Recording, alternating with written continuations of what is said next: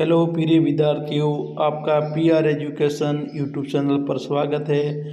मैं आज लेकर आया हूँ कक्षा 8 का सोशल साइंस का पेपर, जो आपके आने वाली अर्धवार्षिक और बोर्ड एग्जाम के लिए वरदान साबित होगा। प्रिय विद्यार्थियों, जो आज मैं पेपर लेकर आया हूँ वेरी वेरी मोस्ट इम्पोर्टेंट है। आप इस पेपर को पूरा पढ़िए और इसको याद किए। इनमें से 100% आपके सवाल आएंगे और इनमें से एक भी बार से सवाल नहीं आएगा। प्रिय विद्यार्थियों, आपकी सुविधा के लिए मैं प्रश्न के साथ उत्तर भी लेकर आया हूँ, क्योंकि आपको असुविधा न हो और आपको ढूंढने की ज- का काम न करना पड़े। क्यों नहीं तो आपको मैं सवाल दूंगा और बाद में आप पासबुक में देखोगे तो ये आपके थोड़ा टेंशन वाली बात रहेगी। इसलिए प्रिय विद्यार्थियों, मेरी आपसे एक रिक्वेस्ट है, आप इस चैनल पर नए हो तो मेरे चैनल को सब्सक्राइब जरूर करिएगा। पहला सवाल है, भारत का अंतिम शक्तिशाली मुगल बादशाह था। भारत का अंतिम शक्तिशाली मुगल बादशाह कौन था? बहादुर शाह जफर, मोहम्मद शाह, औरंगजेब, शाहजहाँ। तो इसमें सही औरंगजेब। चंपारण आंदोलन की शुरुआत कब हुई थी? चंपारण आंदोलन की शुरुआत 1917 में, 1920 में, 1922 में, 1930 में। तो इसमें 1917 में। संविधान सभा के अध्यक्ष थे, संविधान सभा के अध्यक्ष कौन थे? जवाहरलाल नेहरू, डॉक्टर अंबेडकर, सरदार वल्लभ भाई पटेल या डॉक्टर राजेंद्र प्रसाद। इसमें से ये डॉक्टर राजेंद्र प्रसाद। अगला सवाल आपके, निम्न में से कौन सा संसाधन है? निम्न में से कौन सा संसाधन है? वायु, जल, खाद्य पदार्थ, उपयोग सभी। तो इसमें वायु भी संसाधन है, जल भी है और खाद्य पदार्थ भी है। तो इसमें आएगा उपयोग सभी।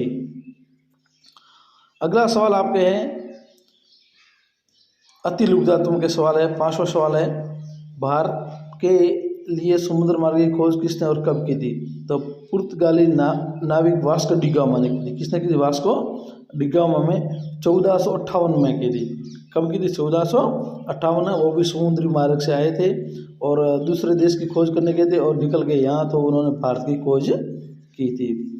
संविधान किसे कहते हैं? संविधान किसे कहते हैं? संविधान नियमों का ऐसा समूह होता है, संविधान नियमों का ऐसा समूह होता है जिसको एक देश के सभी लोग अपने देश को चलाने की पद्धति के रूप में अपनाते हैं। यानी उसमें नियम, कानून, कायदे होते हैं और सभी देश के लोग उसको मानते हैं और उसके ऊपर देश चलता है। अगला सवाल आपका है 7वां, धर्मनिरपेक्षता क्या है? धर्मनिरपेक्षता क्या है? धर्म को राज्य से अलग रखने की अवधारणा को धर्मनिरपेक्षता कहा जाता है।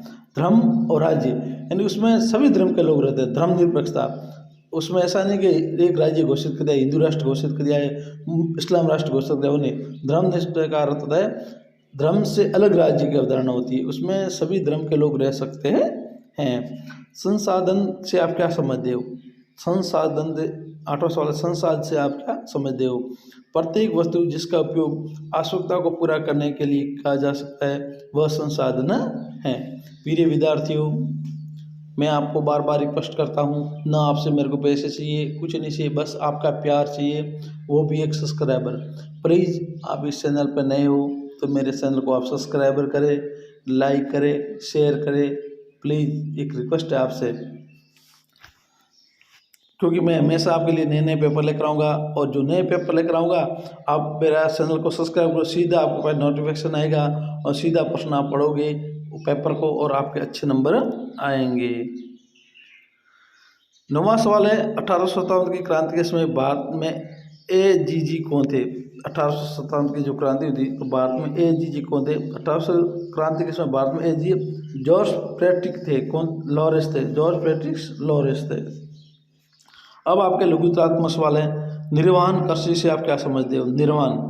निर्वाण कृषि के अंतर्गत एक कृषक परिवार द्वारा अपने आवश्यकताओं को पूरा करने के लिए खेती की जाती है। अपने आवश्यकताओं को पूर्ति के लिए क्या की जाती है? खेती। निर्वाण कृषि परंपरागत तरीकों से की जाती है, जिसमें निम्न स्तरीय प्रौद्योगिकी काम में ली जाती है तथा श्रम भी अधिक करना पड़ता है तथा फसल की उपज भी कम होती है। एक निर्वाण कृषि को पूर्ण गहन निर्वाण कृषि, आदिम निर्वाण कृषि के वर्गीकृत किया जा सकता हैं। 11वां सवाल है, झांसी की रानी लक्ष्मीबाई को अंग्रेजों से ऐसी क्या मांग थी जिसे अंग्रेजों ने ठुकरा दिया। यानी झांसी की रानी लक्ष्मीबाई अंग्रेजों से क्या मांग थी जिसने अंग्रेजों ने उसको ठुकरा दिया। रानी लक्ष्मीबाई चाहती थी कि कंपनी उसके पति की मृत्यु के बाद गोद लिए बेटे को उसके राज्य का वैध उत्तराधिकारी मान ले, किंतु अंग्रेजों ने उसे ठुकरा दिया। यानी लक्ष्मीबाई चाहती थी कि जब मेरे पति ऑफ हो गया, जो मैंने बच्चे को दंतक जो पुत्र था गोद लिया था पुत्र, उसको उत्तराधिकारी घोषित कर दिया। अंग्रेजों ने ये ठुकरा दिया था। रोलेट एक्ट क्या था। रोलेट एक्ट अंग्रेजों के मनमोहपन की एक मिसाल था। इस कानून के द्वारा ब्रिटिश सरकार बिना मुकदमा चलाए लोगों को कारावास में डाल सकती थी। महात्मा गांधी सहित सभी भारतीय राष्ट्रवादी नेता रोलेट एक्ट के खिलाफ थे। भारतीय विरोध के बावजूद 10 मार्च 1919 को रोलेट एक्ट लागू किया। पंजाब में इस कानून का भारी पैमाने का विरोध होता रहा। रोलेट एक्ट ऐसा था तो इसमें कोई सुनवाई, कोई पक्ष विपक्ष उसका विरोध नहीं करता है। जैसे किसी का नाम लिया, इसको जेल में डाल दो, तो उसकी कोई सुनवाई नहीं होती, सीधा उस रोलेट एक्ट के नियम के अनुसार उसको जेल में डाल देते। तो इनका महात्मा गांधी जी ने इनका काफ़ी खिलाफ थे और पंजाब में इसका भारी विरोध हुआ था। 13वां सवाल है, मुगल साम्राज्य कमज़ोर क्यों पड़ गया।